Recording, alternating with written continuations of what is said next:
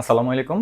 আজকে তোমাদের স্থানাঙ্ক জ্যামিতি হায়ার ম্যাথের একটা কোশ্চেন সলভ করাবো। তো কথা না বলে শুরু করা যায়। দেখো, লিখছে একটি সরলরেখার সমীকরণ দেওয়া আছে, বলছে রেখাটির ঢাল কত।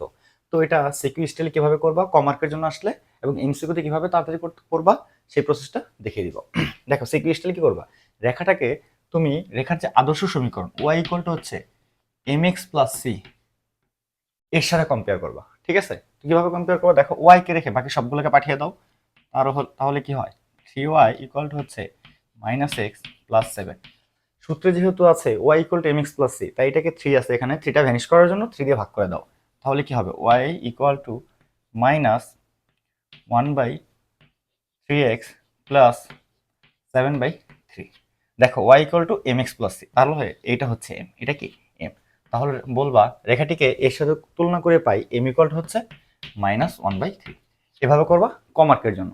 কিন্তু যখন জ্ঞানমূলকে বলবে তখন কিভাবে করবা, এই রেখাটাকে রেখার সাধারণ যে সমীকরণ ax plus by plus c equal to 0 এর সাথে তুলনা করে তুমি যেটা পাবা, দেখো এক্স এর সাথে কি আছে 1, তাহলে এখানে a এর ভ্যালু কত 1, b এর ভ্যালু কত 3, সি এর ভ্যালু কত -7। বুঝতে পারছো? তাহলে রেখার ঢাল হচ্ছে m ইকুয়াল টু হচ্ছে -a/b। রেখার ঢাল নির্ণয় সূত্র কি, m ইকুয়াল টু হচ্ছে -a/b।